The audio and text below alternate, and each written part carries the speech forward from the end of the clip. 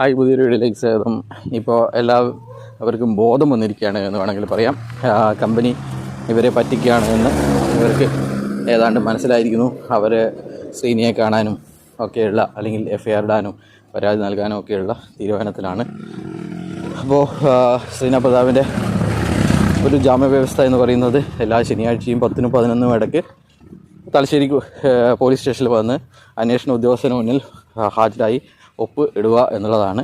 അപ്പോൾ ആ സമയത്ത് ഇവർ കണ്ണൂർ ജില്ലയിലെയും കണ്ണൂരിനോട് അതിർത്തി പങ്കിടുന്ന സ്ഥലത്തെയും കോഴിക്കോടെയും ഒക്കെയുള്ള ആൾക്കാർ തലശ്ശേരി പോലീസ് സ്റ്റേഷനിൽ വന്ന് ശ്രീനിയോട് കാര്യങ്ങൾ അവതരിപ്പിക്കാൻ ഉള്ള തയ്യാറെടുപ്പിലാണ് ഇപ്പോൾ. ഹൈറിച്ച് ഓളികൾ, ജയ് ഹൈറിച്ച് ഓളികൾ, വിഡ്ഢികൾ, ആരാൻ്റെ കയ്യിൽ പണം കൊടുത്തിട്ട് പിന്നെയും അവരെ പ്രോത്സാഹിപ്പിച്ചുകൊണ്ടിരിക്കുന്ന വിഡ്ഢികൾ ചെയ്തുകൊണ്ടിരിക്കുന്നത് എന്നാണ് പറയാനുള്ളത്. എന്തായാലും ആർത്തി മൂത്താണ്.